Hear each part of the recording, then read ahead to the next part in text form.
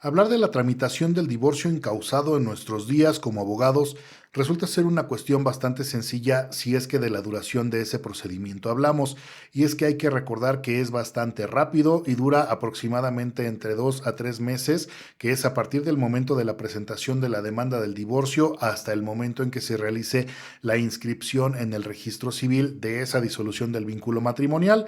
Pero recordemos que todo no siempre ha sido miel sobre hojuelas, y es que el procedimiento de divorcio incausado realmente tiene por allá del 2008 hasta nuestros días, y esta figura jurídica debemos recordar que se incluyó en la legislación de la Ciudad de México y marcó totalmente un parteaguas para los demás estados de la Federación, porque lo que hizo realmente fue derogar todas las causales de divorcio que se tenían previas a este año del 2008, y como tal marcó una nueva forma de llegar a esta disolución del vínculo matrimonial de una forma bastante rápida, bastante simple y sin tener que acreditar, te decía yo, estas causales de divorcio. Y es que déjame decirte, antes del 2008 existían justamente causales para poderte divorciar.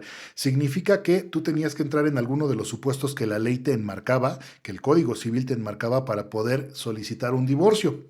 Así es, tal cual lo escuchas. Si no conocías estas causales de divorcio es porque eres demasiado joven, y te invito a que identifiques por allá en una búsqueda en Google rapidísimo cuáles son. Yo solamente te voy a mencionar las cuatro principales, o las que pueden ser de mucho mayor impacto por la necesidad que implicaban para poder acreditarlas. Número uno, evidentemente hablamos del adulterio, y el problema de poder acreditar esta causal de divorcio es que se tenía que atender directamente a las pruebas del procedimiento. Es decir, número uno, teníamos que, obviamente, acreditar que esta prueba no fuese obtenida de manera ilegal. Tenían en algunas ocasiones que ser valoradas y además otorgadas ante la fe de una persona, de un servidor público que estuviera revestido justamente de esta fe pública, y en su caso más particular, el poder tener un cuerpo colegiado de peritos que pudieran acreditarnos todo lo que nosotros quisiéramos o necesitáramos a efecto de acreditar que realmente se dio ese adulterio. Existían otras causales también, como por ejemplo las enfermedades contagiosas.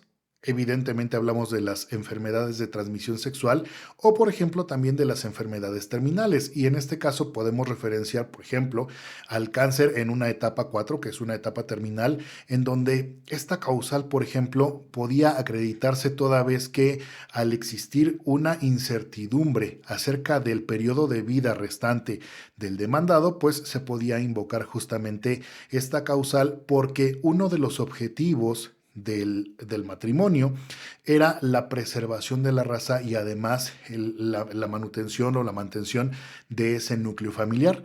A esta causal, por ejemplo, también se le iba a adicionar justamente el que se liberara una sentencia privativa de libertad en contra del demandado. Recordemos que el objetivo era mantener un núcleo familiar unido. Entonces, al no poder mantenerse directamente este núcleo para poder cumplir los objetivos del matrimonio como se estipulaba por aquellos años, entonces podíamos recurrir directamente a una de estas causales o a varias. Y entonces le correspondía al juzgado el poder determinar si se cumplía con todos los requerimientos de la prueba como tal, y se podía otorgar esa disolución del vínculo matrimonial. Por eso te decía, no todo siempre ha sido miel sobre hojuelas. Incluso tenemos un antecedente más viejo todavía, el cual ligaba directamente la relación o la promesa futura de matrimonio. Hablamos de los esponsales. Estos esponsales, esta figura jurídica que también fue derogada incluso muchos años antes de las causales de divorcio, lo que nos decía era que si, por ejemplo, tú llegabas con tu anillo, le proponías matrimonio bueno, a la novia que se iba a convertir en la prometida, entonces ahora esa prometida estaba finalmente apartada con este sistema del famoso anillo, y esas promesas de matrimonio, esas promesas futuras, lo que hacían era coaligar directamente a la pareja. Por tanto, si se generaba algún gasto o, por ejemplo, una vez entregado el anillo, si se rompía esta promesa, se estaba en la posibilidad de demandar el daño moral que había generado el novio al no cumplir esa promesa de matrimonio. Y entonces, además de ello, estaba obligado a reparar este daño civil, este daño familiar, a través de un pago económico. Así que esta evolución del derecho familiar ha sido bastante interesante, principalmente derogando estas figuras que te comento, que son los esponsales o promesas futuras de matrimonio, y número dos, las causales de divorcio. ¿Por qué te planteo todo esto? Lo planteo porque aún así, con todos los avances que se han tenido, con todas las teorías, por ejemplo, la famosa teoría de la inclusión, que ahora nos permite tener una gama mucho más amplia, ya sea de las sociedades conyugales o del matrimonio, que incluso ha podido llevarse a diferentes estados de la federación, pues sigue haciendo falta todavía mucha legislación. Por ejemplo, déjame decirte que aun y cuando en el divorcio incausado nosotros ya tenemos esta separación prácticamente de trámite de las dos personas que habían mantenido ese matrimonio, pues si por ejemplo existen hijos, resulta ser que ahora la persona que fue demandada, notificada y sobre la cual se terminó este vínculo matrimonial, muchas veces quedan enojados. Entonces, si existen hijos, lo que hacen es utilizar precisamente la relación que todavía van a mantener porque la ley la está otorgando a través de la guarda, custodia y evidentemente de la patria potestad, logrando con ello o generando con ello violencia pasiva que no termina aun y cuando ya jurídicamente el vínculo matrimonial ha sido totalmente disuelto. Y para muestra un botón, déjame decirte qué es lo que generalmente ocurre con este tipo de asuntos. Puede ser, por ejemplo, que me ha tocado ver en las famosas demandas de alto impacto, que no es otra cosa, y no me dejarán mentir los colegas abogados, que en el argot se le llama chicanadas o cochinadas. Estas demandas de alto impacto lo que hacen es incluirse en ellas, por ejemplo, hechos falsos, datos falsos, fechas falsas, con el objetivo de imputar algo, una conducta que no ha sido cierta, pero que al final lo que se busca es trascender en cuanto a un daño hacia la expareja. Pero bueno, regresemos al punto del daño que se genera hacia los hijos. Puede ser que, por ejemplo, estemos durante la tramitación de ese divorcio incausado, existan hijos, pero aun y cuando se haya dado, por ejemplo, este procedimiento, generalmente es la madre la que se queda con la custodia permanente de los hijos, en tanto no se tenga, por ejemplo, un trámite del régimen de convivencia y de visitas. Entonces, ya sea que se haya obtenido o se vaya a obtener a través de un convenio o bien por una sentencia judicial, en tanto no se tenga ese convenio o esa sentencia, entonces podemos entender que se debe de quedar a esos menores específicamente con con uno de los padres.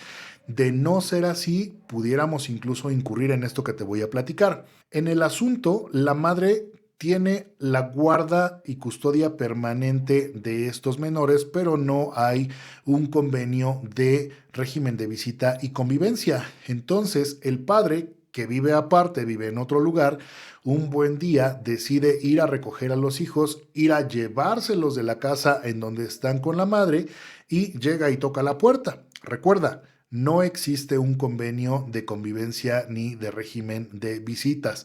Entonces, aun y cuando la madre pudiera estar dentro o no, si el padre no se lleva a los hijos, entonces de una manera injustificada, él decide retirarse del domicilio de la exmujer y acudir al Ministerio Público. El Ministerio Público recibe hechos circunstanciados que le hacen pensar poder imputar a la madre por el delito de sustracción de hijo. Recuerda, no hay un convenio.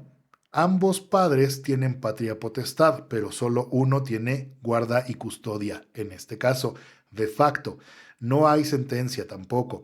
Entonces, el Ministerio Público, al ser justamente el garante de estos derechos, en pro de la protección del derecho de los menores, de este interés superior del menor, entonces genera la imputación directa por el delito que ya te comenté.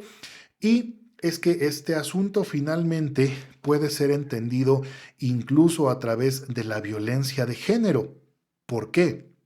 Porque a partir del momento en el que el padre de una manera injustificada pretende que la madre de los menores esté durante todo el día sin saber a qué hora va a llegar a recoger a los niños, se entiende como una parte evidentemente discriminatoria de la ley hacia alguna de las dos partes. Recordemos que aquí la generalidad en cuanto a la sociología mexicana, en cuanto a estas relaciones que normalmente tenemos, sabemos que es la madre quien se queda con la custodia de los menores, pero aún así, si cambiáramos los papeles y fuera el varón quien se quedara a la custodia de los hijos y fuese la madre quien actuara a través de esta imputación, por ende falsa, en contra del padre, se procedería de la misma manera. Recordemos que la violencia de género tiene un objetivo como tal, que es precisamente evitar la discriminación normativa hacia alguno de los dos sujetos.